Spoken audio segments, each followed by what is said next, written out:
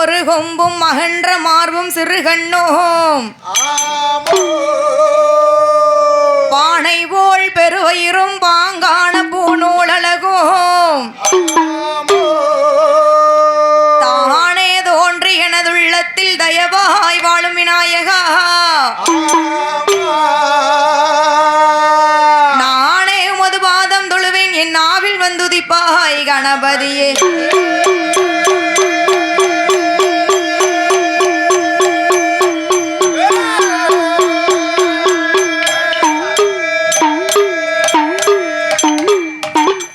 கலை மகளே சக்தி மலை மகளே மலை மகளே மலையரசனோடு மகளே மலை மகளே மலை மகளே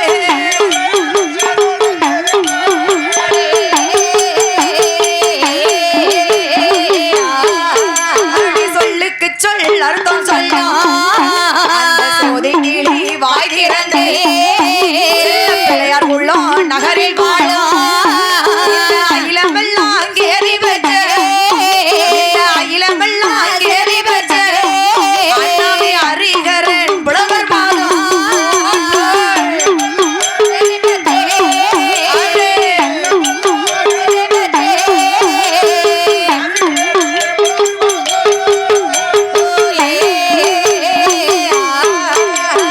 செந்த அள்ள பூச்சோரி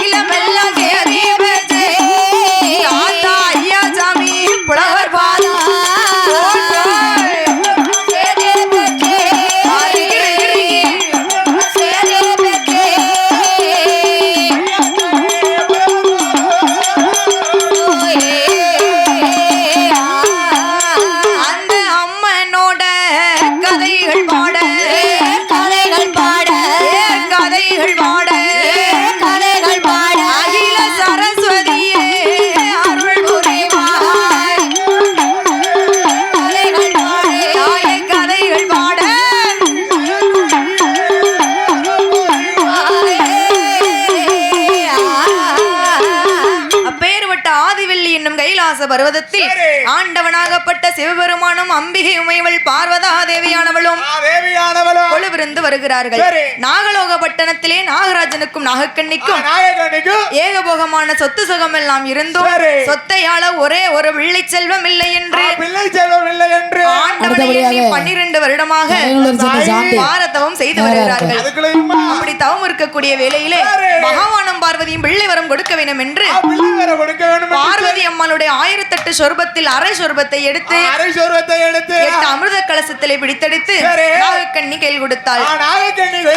40 நாள் அடைகாத்து 41 நாளையில நல்ல செவ்வாய்க்கிழமையில என் தாயாகப்பட்ட மாரியம்மா முத்தாரம்மா கோல விழியழகி அவ குங்குமுக பொட்டழகி சேலை கட்டும் இடையழகி அவ செந்தூர பொட்டழகி அட்டகாளி 8 பேரும் ஆதாளி போட்டு எப்படி எப்படி வந்து பிறக்கிறா தெரியுமா? எப்படி பிறக்கிறா பாரம்மா? 41 நாளையில நல்ல செவ்வாய்க்கிழமையில அந்த 8 நல்ல கலசத்தில யாரெல்லாம் பிறக்க போறா அவன் முதலாவது கலசத்தில ஆத்தா மாரியம்மா தான் பிறந்தாள்.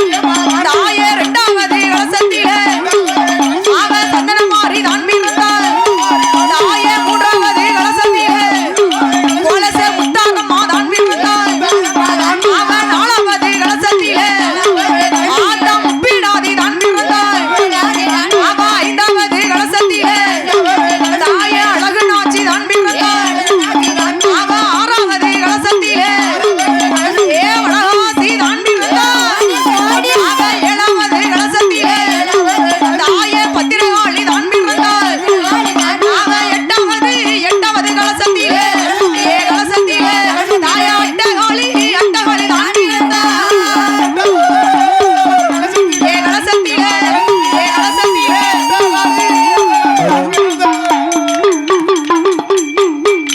அவ அட்டகாளி 8 பேர்களும் அழகுடனே பிறந்து நாகலோக பட்டணத்தில் அழகுடனே ஆண்டு வருகிறாள்.